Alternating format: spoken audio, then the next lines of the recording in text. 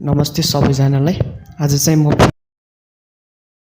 सोलुसनको part 2 लिएर आएको छु है। योभन्दा अगाडि मैले फिजिक्सको मोडल क्वेशन सोलुसन सबै सकाएको थिएँ। यदि तपाईले त्यो भिडियो हेर्नु भएको छैन भने तल डिस्क्रिप्सनमा दिएको लिंकबाट तपाईले हेर्न सक्नुहुन्छ। यो चाहिँ ग्रुप बी को फर्स्ट क्वेशन हो। हेर्दियौँ है त्यसलाई। यसमा के भनेको छ भने एउटा एलिमेन्ट छ अरे x, ठीक छ, नाम दिएको छैन हामीलाई। त्यसको k सेलमा दुईटा इलेक्ट्रोन छ अरे। अब इलेक्ट्रोनको सेल जुन हुन्छ नि कुनै पनि एटमको त कस्तो हुन्छ त, k हुन्छ, त्यसपछि l हुन्छ, त्यसपछि m हुन्छ हैन, n यसरी जान्छ है। यसको जुन k सेल छ नि, k सेलमा दुईवटा इलेक्ट्रोन छ अरे भनेपछि यो फुलफिल छ। l सेलमा 8 वटा भनेपछि यो पनि फुलफिल छ। र m सेलमा कति छ त, 5 वटा छ भनेपछि फर्स्टमा हामीलाई के भनेको छ त, एलिमेन्ट x को नाम पत्ता लगाऊ भनेको छ है। यसको नाम चाहिँ के हुन्छ त, पहिला यसको इलेक्ट्रोन गनौँ है त। इलेक्ट्रोन यसको कतिवटा छ, 15 वटा छ। सो हामीलाई थाहा छ number of electron equals number of proton. Number of electron number of proton दुईटै भनेको के हो त, एटमिक नम्बर हो। सो यसको एटमिक नम्बर चाहिँ हाम्रो कति आयो त, नम्बर अफ इलेक्ट्रोन 15 छ भने एटमिक नम्बर पनि कति भयो त, 15 नै भयो। सो एटमिक नम्बर 15 भएको एलिमेन्ट कुन हो त, अभियसली फोस्फरस हो। सो x को नेम चाहिँ के रहेछ त, फोस्फरस रहेछ, ठीक छ। यसरी हामीले निकालियो। र नम्बर अफ प्रोटोन र इलेक्ट्रोन पनि लेख भनेको छ। यो चाहिँ कति कति भयो त, 15 भयो, ठीक छ। प्रोटोन पनि 15, इलेक्ट्रोन पनि 15। र अर्को क्वेशन हेरौँ है त। अर्को क्वेशनमा हामीलाई किन यो एलिमेन्टको आयोन चाहिँ यो भन्दा ठुलो हुन्छ भनेर हामीलाई सोधेको हो कि। पहिला यसलाई राम्ररी बुझौँ। हेरौँ है त। यसको जुन छ phosphorus minus minus minus ion हामीलाई दिएको छ। अर्को चाहिँ हामीलाई के छ त, फोस्फरस एलिमेन्ट छ। यसमा नम्बर अफ प्रोटोन कति हुन्छ त, अभियसली यसमा त 15 नै हुने भयो नम्बर अफ प्रोटोन। प्रोटोनमा त कुनै चेन्ज आएको छैन हैन। यसमा पनि नम्बर अफ प्रोटोन त 15 नै हुने भयो। अब नम्बर अफ इलेक्ट्रोन यसमा कति हुने भयो त, यसले माइनस चार्ज छ यसमा, यानी कि यो एनायोन छ भनेपछि पक्कै पनि यसले इलेक्ट्रोन गेन गरेको हुनुपर्छ है। इलेक्ट्रोन गेन गर्यो भने बल्ल एनायोन हुने हो। सो इलेक्ट्रोनहरूले 3 वटा गेन गरेको रहेछ भन्ने हामीले थाहा पाइयो। सो इलेक्ट्रोन पहिला 15 थियो, पछि 3 वटा गेन गर्यो भनेपछि योसँग 18 वटा छ। योसँग त यसले गेन गरेको छैन, पहिला जति थियो त्यति नै छ, विच इज 15 है। यसको हामीले अब भनौँ न न्युक्लियस बनाएर हेर्ने हो भने न्युक्लियस दुईटैको सेम नै छ, ठीक छ। यसमा 15 वटा के छ त, प्रोटोन नै छ, चार्ज पनि सेम छ न्युक्लियसको। तर जुन भ्यालेन्स सेल छ नि, भ्यालेन्स सेलमा यसमा 8 वटा इलेक्ट्रोन भयो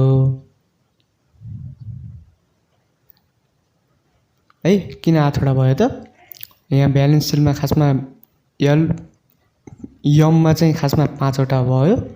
अब लास्टमा 3 वटा भएपछि 8 वटा भयो। यसमा 5 वटा नै छ, ठीक छ।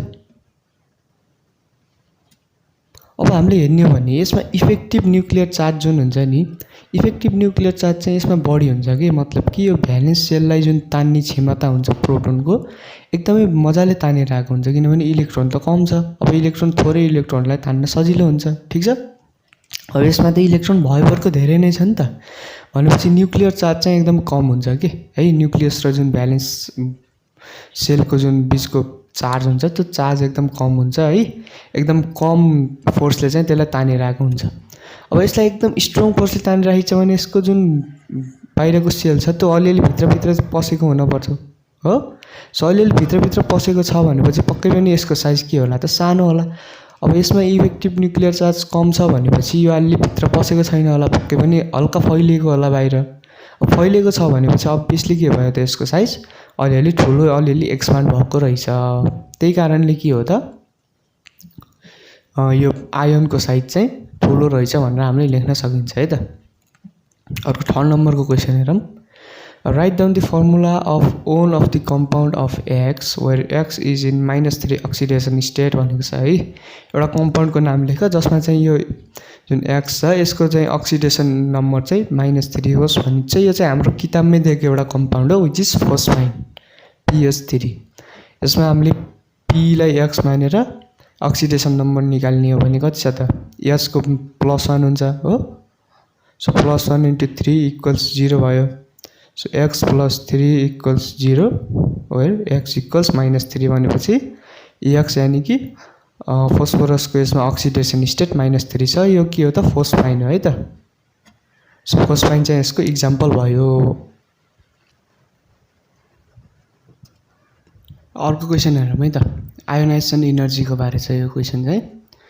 यसमा के भनेको छ भने अब आयोनाइजेसन इनर्जीको बारेमा पत्ता लगाउने एउटा एकदम क्रुसियल एस्पेक्ट हो केमिकल बन्डिङमा है। सो यसमा चाहिँ के भनेको छ त यो सिम्बोल र फर्स्ट आयोनाइजेसन इनर्जी चाहिँ किलोजुल पर मोलमा हामीलाई सेकेन्ड पिरियडको एलिमेन्टहरूको दिएको छ है। यो क्वेसनको मोडलमा खाली नै छ यो बक्स चाहिँ मैले भरिदिएको हो। Symbol lithium, beryllium, boron, carbon, nitrogen, oxygen, fluorine, neon भयो हैन। फर्स्ट आयोनाइजेसन एनर्जी चाहिँ ठ्याक्क त्यसको तल दिएको छ। अब हेरौँ है त सुरुको क्वेसनमा के भनेको छ भने फर्स्ट आयोनाइजेसन एनर्जी भनेको के हो डिफाइन गर भनेको छ है। पहिला बुझौँ आयोनाइजेसन एनर्जी भनेको के हो। आयोनाइजेसन एनर्जी भनेको कुनै पनि एउटा एटमबाट ठीक छ, कुनै पनि एउटा एटमबाट आउटर मोस्ट इलेक्ट्रोनलाई निकाल्नको लागि कति एनर्जी चाहिन्छ त त्यसैलाई हामीले के भनिन्छ त आयोनाइजेसन एनर्जी भनिन्छ। सो त्यो एटम चाहिँ कस्तो हुनुपर्छ त ग्यासियस आइसोलेटेड एटम हुनुपर्छ, यानी कि त्यो एटम कुनैसँग पनि अरू कुनै चिजसँग बोन्ड गरेको चाहिँ हुँदैन हैन, एकदम आइसोलेट भएको हुनुपर्छ। यो चाहिँ भयो हाम्रो आयोनाइजेसन एनर्जी। यसलाई तपाईले डिटेलमै क्लासमा पढ्नु भएको होला पक्कै पनि। र फर्स्ट आयोनाइजेसन एनर्जी भनेको के हो त पहिलो इलेक्ट्रोन निकाल्नको लागि कति एनर्जी चाहिन्छ त्यसैलाई हामीले के भनिन्छ त फर्स्ट आयोनाइजेसन एनर्जी भनिन्छ। जस्तै कि एउटा न्युक्लियस हो, यसमा दुईवटा आउटर मोस्ट इलेक्ट्रोन छ अरे लेट्स सपोज है। सो यसबाट यो पहिलो निकाल्नको लागि जुन चाहिन्छ लेट्स सपोज यो चाहिँ के हो त म्याग्नेसियमको अरे एटम अरे हैन। सो यो सुरुको जुन इलेक्ट्रोन छ पहिलोचोटि निकाल्दाखेरि लाग्ने जुन फोर्स छ एनर्जी छ त्यसलाई हामीले फर्स्ट आयोनाइजेसन एनर्जी भनिन्छ है। अब यो पहिलो इलेक्ट्रोन निकालिसकेपछि यो म्याग्नेसियम रहँदैन, म्याग्नेसियम प्लस रहन्छ हो, एउटा इलेक्ट्रोन त्यसले लुज गर्यो। अब यो म्याग्नेसियम प्लसबाट पनि फेरि अब यसमा यो इलेक्ट्रोन छैन है म्याग्नेसियम प्लसमा, अब फेरि यो इलेक्ट्रोन निकाल्नको लागि चाहिने जुन एनर्जी छ त्यसैलाई हामीले के भनिन्छ त सेकेन्ड आयोनाइजेसन एनर्जी भनिन्छ। अब यहीबाट पनि फेरि अर्को भित्रको जुन इलेक्ट्रोन छ त्यसलाई हामीले निकाल्न लाग्यो भने त्यसलाई हामीले के भनिन्छ थर्ड आयोनाइजेसन एनर्जी भन्छ। यसरी चाहिँ जान्छ है। र फर्स्ट आयोनाइजेसन एनर्जी सबैभन्दा सानो हुन्छ ठीक छ, सुरुमा इलेक्ट्रोन निकाल्नलाई हामीले त्यति धौ हुँदैन है। So first ionisation energy second ionisation energy भन्दा सानो हुन्छ, सेकेन्ड चाहिँ थर्ड भन्दा सानो हुन्छ हैन, यसरी चाहिँ जान्छ है त। सो यसरी हामीले बुझौँ फर्स्ट आयोनाइजेसन एनर्जी भनेको के हो त energy which is required to remove the first outermost electron from an isolated gaseous atom is called first ionisation energy भनेर हामीले लेख्न सक्छौँ है। सब अर्को क्वेसन हेरौँ। Name the factor that affects the value of ionisation energy भनेर सोधेको छ है। आयोनाइजेसन एनर्जीको भ्यालुलाई कुन कुन फ्याक्टरले इफेक्ट गर्छ त्यो लेख्ने हो। यसमा एकदम धेरै फ्याक्टरहरू छ है। सो एउटा हुन्छ इलेक्ट्रोनिक कन्फिगुरेसन, यहाँ तल पनि बुझाउनु पर्छ त्यो म यहीँ बुझाइदिन्छु है। इलेक्ट्रोनिक कन्फिगुरेसन, अब इलेक्ट्रोनिक कन्फिगुरेसनमा हामीले के हेर्न पर्यो भने जुन हाफ फिल्ड अर्बिटल भएको जुन एटमहरू हुन्छ अथवा फुल फिल्ड अर्बिटल भएको जुन एटमहरू हुन्छ नि यिनीहरू मोस्ट स्टेबल हुन्छ कि है, एकदम बढी स्टेबल हुन्छ यिनीहरू। कि त त्यसको अर्बिटल आधी मात्र फिल भएको छ कि त त्यसको अर्बिटल जुन छ त्यो पुरै फिल भएको छ भने यस्तो जुन भनौँ न एटमहरू चाहिँ एकदम स्टेबल हुन्छ। अब यस्तो स्टेबल छ भन्नुको मतलब त्यसबाट इलेक्ट्रोन निकाल्न पनि गाह्रो हुन्छ है। सो इलेक्ट्रोन निकाल्न गाह्रो हुन्छ भनेपछि आयोनाइजेसन एनर्जी यस्तोमा बढी हुन्छ ठीक छ। एउटा फ्याक्टर हो इलेक्ट्रोनिक कन्फिगुरेसन। अब अर्को धेरै फ्याक्टरहरू छ जस्तै इफेक्टिभ न्युक्लियर चार्ज पनि छ है। Nuclear charge effective nuclear charge है त मैले यसरी सर्ट फर्ममा लेखिदिएँ। सो यो जुन न्युक्लियस छ न्युक्लियस र बाहिरको जुन भ्यालेन्स सेलसँगको जुन बोन्डिङ छ ठीक छ कतिको मजाले यसलाई तानेको हुन्छ त त्यही कुरालाई हामीले यसबाट मेजर गरिन्छ है। सो एकदम मजाले तानेको छ यो एकदम बढी छ भने यसलाई निकाल्न गाह्रो हुन्छ। अब निकाल्न गाह्रो हुन्छ भन्नुको मतलब आयोनाइजेसन एनर्जी कति चाहिन्छ त बढी चाहिन्छ है त। सो इफेक्टिभ न्युक्लियर चार्ज जति बढी भयो यो आयोनाइजेसन एनर्जी पनि त्यति नै बढी हुन्छ। अर्को एटमको साइजसँग पनि भर पर्छ है। एटमको साइज जति बढी हुन्छ आयोनाइजेसन इनर्जी चाहिँ त्यति कम हुन्छ है त। सो यसरी हामीले बुझ्न सकिन्छ। थर्ड नम्बरमा भनेको छ which of the element is most difficult to ionise भनेको छ। यो मध्ये कुन चाहिँ एलिमेन्टलाई आयोन गराउनको लागि एकदमै गाह्रो हुन्छ भनेको छ है। सो यसमा हामीले के हेर्ने हो त, कुनको आयोनाइजेसन इनर्जी चाहिँ बढी छ त्यो हेर्ने हो। जस्तै यसमा नियोनको छ। सो नियोनलाई चाहिँ आयोन बनाउनको लागि एकदमै धेरै इनर्जी चाहिने रहेछ, ठिक छ। सो त्यसै भएर यसलाई चाहिँ आयोनाइज गर्नको लागि गाह्रो छ भनेर हामीले लेख्न सकिन्छ। र 14 नम्बरको क्वेसन हेरौँ, why there is steep rise in ionisation energy from carbon to nitrogen भनेको छ। कार्बनदेखि नाइट्रोजनमा जाँदा वात्ती किन बढेको छ भनेर सोधेको हो।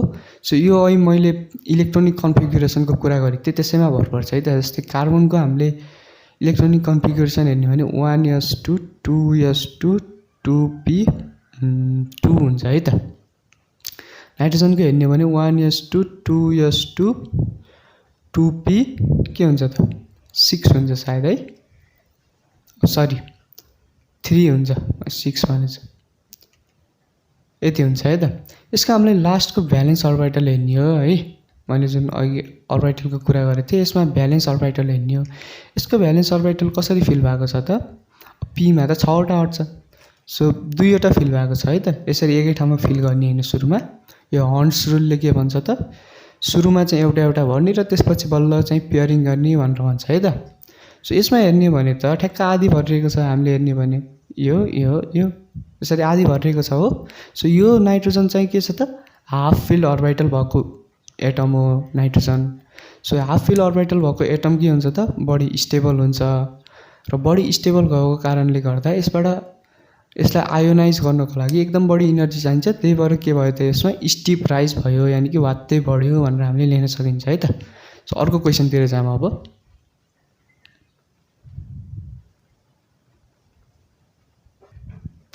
अर्को क्वेसन हेरौँ। अर्को क्वेसनमा हामीलाई इलेक्ट्रोलाइसिसबाट सोधेको छ है। यो नयाँ कोर्सको क्वेसन हो।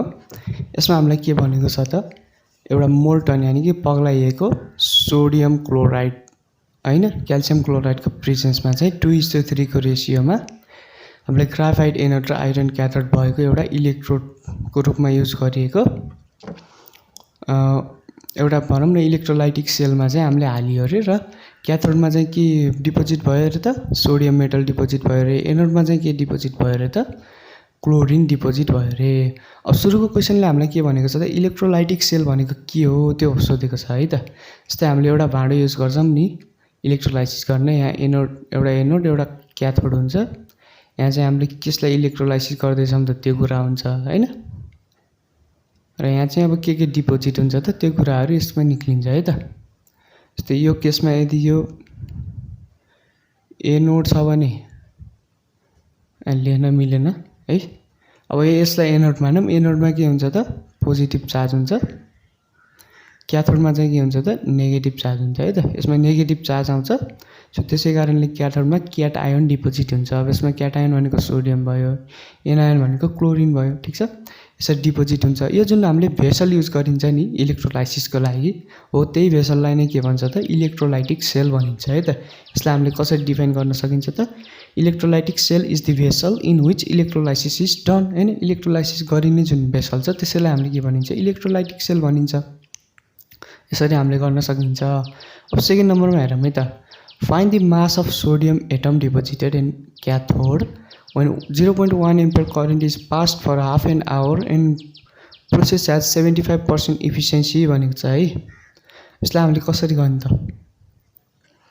अब हामीलाई के दियो त्यो कुरा हेरौँ है त। जस्तै एउटा करेन्ट दिन्छ, करेन्टलाई हामीले आई मानिन्छ। So it is 0.1 ampere. अनि हामीलाई अर्को के दिएको छ त, टाइम दिएको छ। टाइम चाहिँ कति, आधी घन्टाको लागि त्यसमा पास गर्यो भनेको छ। सो टाइम हाम्रो कति भयो त, आधी घन्टा 30 मिनट है त। यसलाई सेकेन्डमा लानुपर्छ। त 30 × 60 गर्दा 1800 सेकेन्ड आउँछ।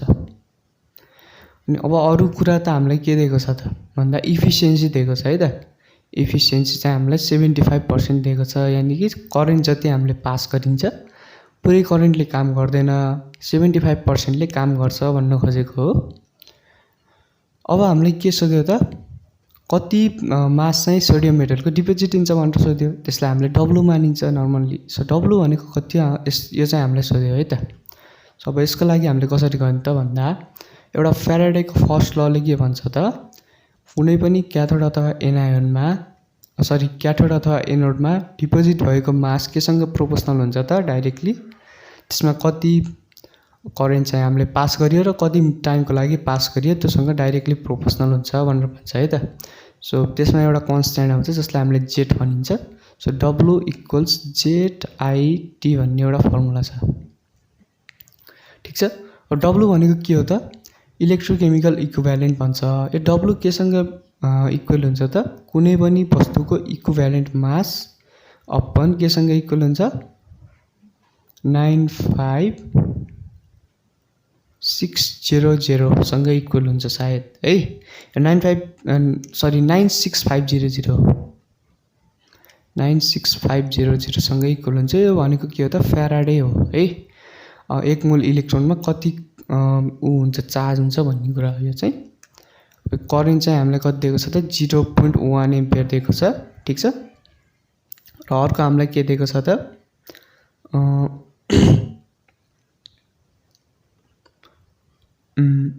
टाइम दिएको छ है त। टाइम चाहिँ 1800 दिएको छ। अब यो के अरे इक्विभ्यालेन्ट वेट भनेको के हो त भन्ने कुरा अहिलेको क्लास 11 मा छैन है। त्यही पनि म बुझाइदिन्छु। यसलाई सिम्पली निकाल्न सकिन्छ है त। कुनै पनि चिजको इक्विभ्यालेन्ट वेट निकाल्न पर्यो भने त्यसको एटमिक मास माथि राख्ने र त्यसको भ्यालेन्सीले डिभाइड गर्ने, ठिक छ। सो यसलाई पनि सोडियमलाई पनि हामीले त्यही गर्ने हो भने एटमिक मास कति हुन्छ त, 23 हुन्छ। भ्यालेन्सी कति हुन्छ त, 1 हुन्छ। सो गर्दाखेरि 23 नै आउँछ है त। सो 23/96500 इन्टु 0.1 इन्टु 1800 आउँछ। सो यसको भ्यालु हामीले टोटल निकाल्ने भने कति आउँछ त, 0.0428 आउँछ हो। सो वेट चाहिँ कति रहेछ त, वेट अथवा मास 0.0428 रहेछ। अब हामीलाई अर्को कुरा एउटा दिएको कुरा हेरौँ है त। यसमा 75% मात्र काम गर्छ भनेको छ है। 75% मात्र काम गर्ने भएपछि हाम्रो जुन रियलमा निक्लिन्छ नि मास, यसैको ठ्याक्क 75% मात्र निक्लिन्छ कि। सो हामीले के गर्नु पर्यो त भन्दा W1 मानौँ है त रियल मासलाई। सो यो चाहिँ 75% अफ W हुन्छ। सो 75/100 इन्टु W हुने भयो। W भनेको 0.0428 छ र यसले हामीलाई कति दिन्छ त भ्यालु, 0.03213 दिन्छ है त। सो यो चाहिँ हाम्रो के आयो त, भ्यालु आयो। यसरी हामीले निकाल्न सकिन्छ है त। यसमा फर्स्ट ल हामीले युज गरेको फ्याराडेको। र थर्ड क्वेसनमा हामीले के भनेको छ भने why does calcium metal not deposit instead of sodium at the cathode भनेको छ है त। हामीले क्याथोडमा हेऱ्यौँ, यहाँ त क्याल्सियम क्लोराइड पनि छ हो। सो क्याल्सियम क्लोराइडको क्याल्सियम चाहिँ किन डिपोजिट भएन त क्याथोडमा भनेर हामीलाई सोधेको छ। यो किन डिपोजिट भएन भन्दाखेरि जब यिनीहरू आयोनाइज हुन्छ नि त, भित्र गएर आयन बन्छ टुक्रिएर। सो आयन बनिसकेपछि क्याथोडमा गइसकेपछि यिनीहरूले इलेक्ट्रोन गेन गर्छ कि। जस्तै यो क्याथोड छ, क्याथोडमा गयो भने सोडियमको जुन आयन छ नि, यसले एउटा इलेक्ट्रोन गेन गरेर के बनाउँछ त, सोडियम मेटल बनाउँछ, ठिक छ। सो यसरी जुन इलेक्ट्रोन गेन गर्ने पोटेन्सियल छ नि, त्यसैलाई हामीले रिडक्सन पोटेन्सियल भनिन्छ, ठिक छ। इलेक्ट्रोन गेन गर्ने पोटेन्सियललाई के भनिन्छ त, रिडक्सन पोटेन्सियल भनिन्छ। यो रिडक्सन पोटेन्सियल चाहिँ जुन सोडियम आयनको धेरै छ कि हाम्रो क्याल्सियम आयनको भन्दा, ठिक छ नि। अब क्याल्सियमले सजिलै गेन गर्न सक्दैन। सजिलै गेन गर्न नसक्ने कारणले गर्दा क्याथोडमा चाहिँ के मात्र डिपोजिट भएको हुन्छ त, सोडियम मात्र डिपोजिट भएको हुन्छ। यसरी लेख्न सकिन्छ है त। 4 नम्बरमा के भनेको छ त, सोडियम क्लोराइडको एक्वस सोल्युसन यानि कि पानीमा घोलाएको सोल्युसन किन युज गरिँदैन हामीले हैन, त्यसको सट्टामा पग्लाएर किन युज गरिन्छ भनेको छ है। सो किन युज गरिँदैन त भन्दा जुन एक्वस सोल्युसन पानीमा घोलाएको सोल्युसन छ त्यसमा पानी हुन्छ, वाटर H2O हुन्छ हैन। यो पनि आफैमा इलेक्ट्रोलाइज हुन्छ कि त्यहाँ गयो भने। सो इलेक्ट्रोलाइज भएर के हुन्छ त, H+ प्लस OH- भन्छ। यसबाट जुन H+ छ यसले एउटा इलेक्ट्रोन गेन गर्छ क्याथोडमा गएर, अनि त्यसपछि के बनाउँछ त, H2 ग्यास बनाउँछ है त। दुईटा H+ ले दुईटा E- चाहिँ गेन गर्यो भने यसले H2 ग्यास बनाउँछ र यो ग्यास चाहिँ केमा लिबरेट हुन्छ त, क्याथोडमा लिबरेट हुन्छ, जुन चाहिँ हामीलाई चाहिएको छैन। सो त्यही भएर चाहिँ हामीले इक्वेस सोल्युसन युज गरिँदैन, यसरी लेख्ने है त। यसमा चाहिँ के भनेको छ त, थर्ड नम्बरमा दुईवटा क्वेसन छ, यसमध्ये एउटा चुज गरेर हामीले गर्ने हो।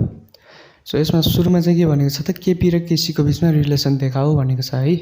सो केपी र केपीको बिचमा रिलेसन देखाउनको लागि सुरुमा एउटा रियाक्सन लिउँ। यो एकदम इम्पोर्टेन्ट क्वेसन हो, तपाईँले क्लासमा पनि पढ्नु भयो होला है। म अलिक सर्टकटमा गरिदिन्छु। यहाँ चाहिँ एउटा रियाक्सन लिउँ, reversible AA plus BB CC plus DD, ठिक छ। यो DCAB यो जुन अगाडि छ नि स्मलमा, यो भनेको के हो त, नम्बर अफ मोल हो है त।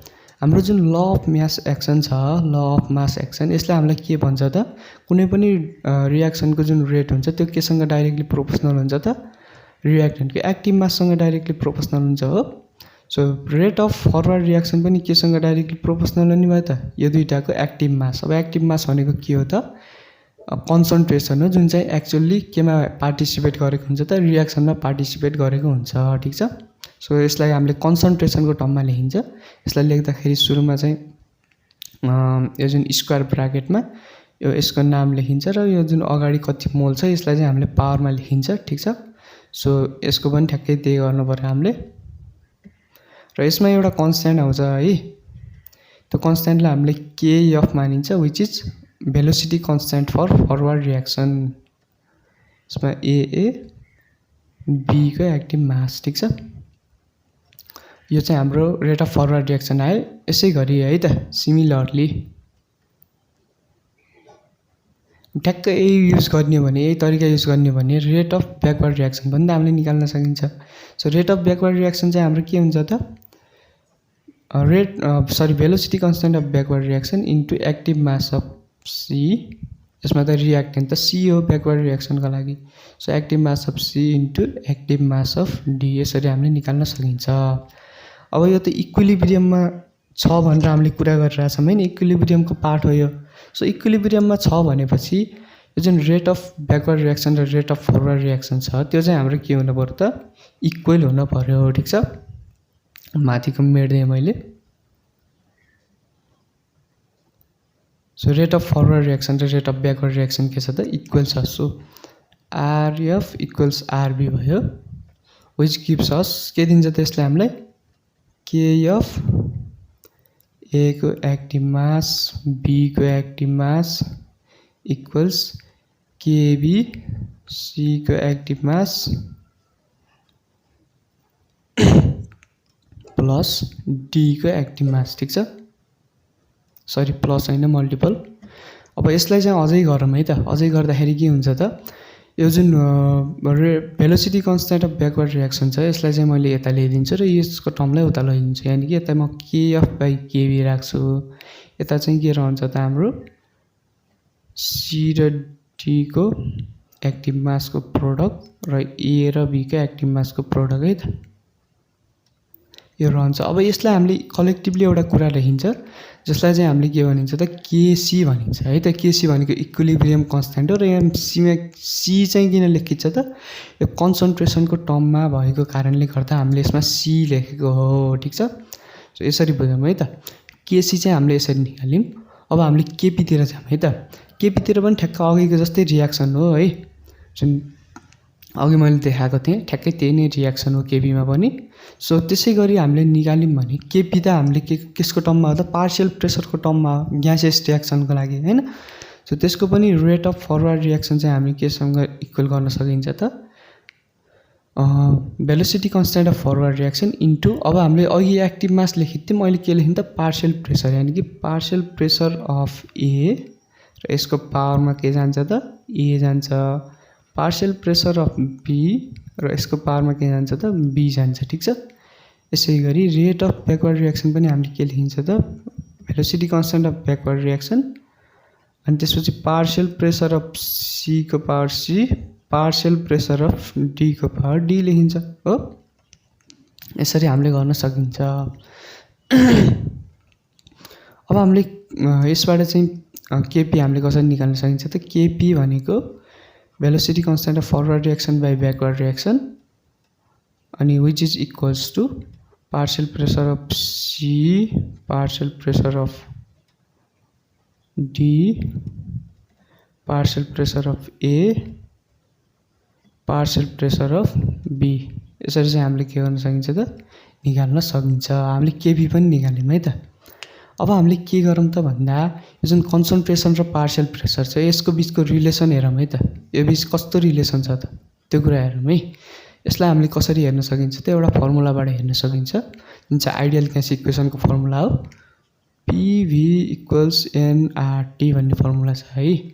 यसमा हामीले पी भनेको के लेख्न सकिन्छ त एन/भी इन्टु आरटी लेख्न सकिन्छ हो। सो पी भनेको हामीले पार्शियल प्रेसर मान्यौँ भने नम्बर अफ मोल पर भोल्युम भनेको के हो त मोलर कन्सन्ट्रेसन हो। सो यसलाई हामीले मोलर कन्सन्ट्रेसन सी लेख्न सक्छौँ।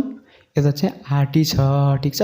अब यो फर्मुला युज गरेर हामीले ए को बी को सी को डी को सबैको निकाल्न सक्छौँ हो। यसलाई मैले मेट्दिएँ है त।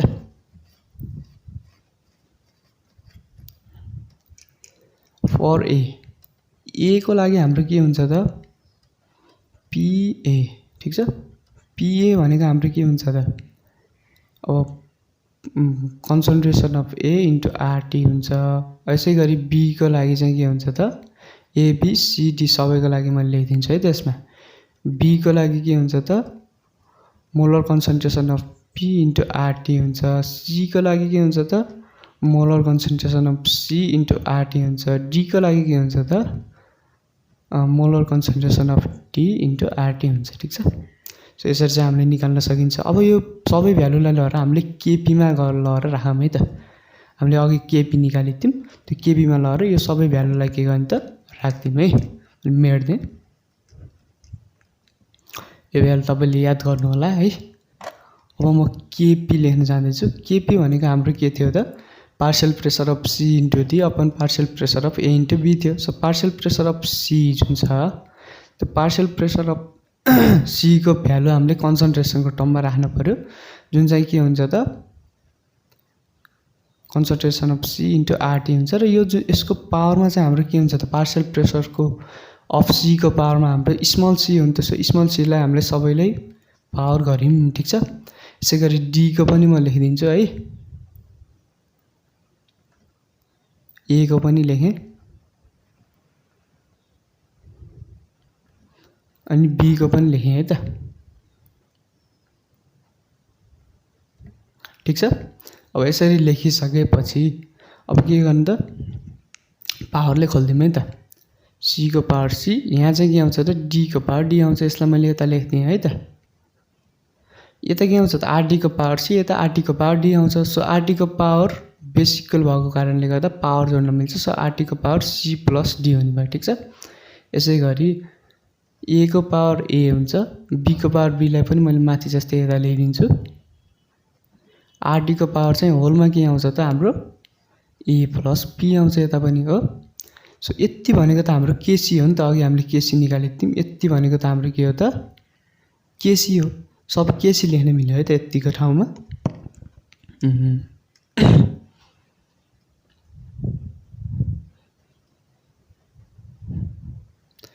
सो केपी इक्वल्स केसी आइहाल्यो। अब हाम्रो के छ त आरटी को power C plus D minus A plus B हुने भयो माथि जाँदाखेरि। सो आरटी को पावर के भयो त C plus D minus A plus B भयो which equals KC into RT को पावर डेल्टा एन हुन्छ। सो डेल्टा एन भनेको के हो त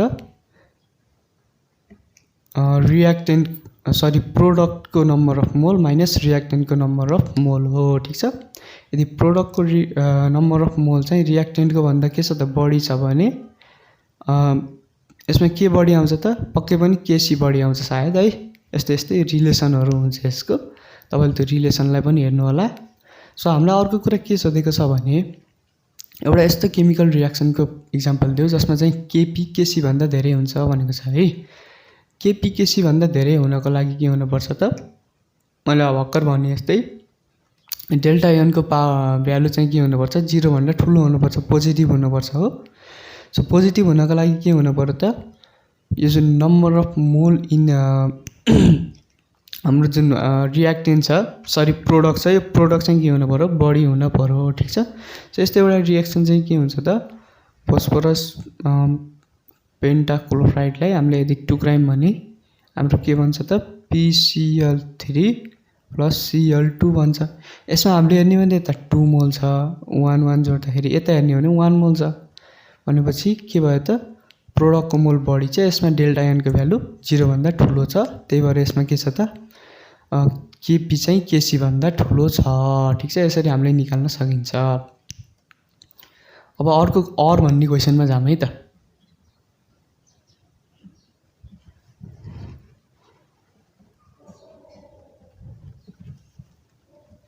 यो पनि सिम्पल छ है। आइडियल ग्यास इक्वेसन हामीलाई डिराइभ गर्नु भनेको छ। यसको लागि हामीले बोयल्स लले के भन्छ त्यो हेरौँ है त। बोयल्स लले के भन्छ त volume is inversely proportional to के भन्छ प्रेसर भन्छ। यसमा के हुन्छ त कन्स्टेन्ट टेम्परेचर हुन्छ। अब चार्ल्स ललाई पनि हेर्दियौँ है त। चार्ल्स लले के भन्छ त volume is directly proportional to temperature भन्छ, जसमा चाहिँ के हुनुपर्छ त प्रेसर चाहिँ के हुनुपर्छ कन्स्टेन्ट हुनुपर्छ हो। अब हामीले यो दुईटा इक्वेसनलाई मिलाउने हो भने हामीले कस्तो खालको इक्वेसन हामीले डिराइभ गर्न सकिन्छ त त्यो कुरालाई हेरौँ है त। मेट्दै है त्यो। यो दुईटालाई मिलाउने हो भने त हाम्रो त यस्तो आउँदैन त नि V is directly proportional to temperature upon inversely proportional to P आउँछ। अब यसमा यो प्रोपोर्सनालिटीको साइन हटाएर हामीले इक्वल्स लेख्नको लागि एउटा कन्स्टेन्ट हाल्नुपर्छ हो। सो V = R भन्ने एउटा कन्स्टेन्ट हाल्छौँ हामीले है। यो R भनेको के हुन्छ त मोलर ग्यास कन्स्टेन्ट हुन्छ। ठीक छ, मोलर ग्यास कन्स्टेन्ट हुन्छ। सो यसलाई यता लैदिने भने के हुन्छ त PV = RT आउँछ। PV = RT भनेको के हो त फर 1 मोल हो क्या। 1 मोलको लागि चाहिँ यो फर्मुला के हुन्छ त एप्लिकेबल हुन्छ। तर यदि n मोल छ भने फर n मोल है त n मोल छ भने हामीले के गरिन्छ त्यो फर्मुलालाई PV = nRT गरिन्छ, which is ideal gas equation. ठीक छ, यो इक्वेसनलाई आइडियल ग्यासले मात्र फलो गर्छ, रियल ग्यासले फलो गर्दैन है, त्यो कुरा बुझ्नु होला। र अब अर्को क्वेसन हामीलाई के सोधेको छ त state 2 condition under which the behaviour of real gas approaches that of an ideal gas भनेको छ। रियल ग्यासले कति बेला आइडियल ग्यासको बिहेभियर देखाउँछ भनेर सोधेको हो। यो मैले फिजिक्समा पनि गरिदिएको छु, सेम क्वेसन आएको थियो है। यो चाहिँ कति बेला त एकदमै लो प्रेसर हुनुपर्छ र के हुनुपर्छ एकदमै हाई टेम्परेचर हुनुपर्छ। यो दुईवटा केस भयो भने के हुन्छ त हाम्रो रियल ग्यासले आइडियल ग्यास जस्तै बिहेभियर देखाउँछ। सो आजको भिडियोलाई यति नै है। 5 वटा क्वेसन हामीले सल्भ गर्यो। अब रहेको कतिवटा रहेको छ 5 वटै रहेको छ होला ग्रुप बीमा, त्यो चाहिँ हामी भोलि गर्नेछौँ है त। ल हस् त, धन्यवाद।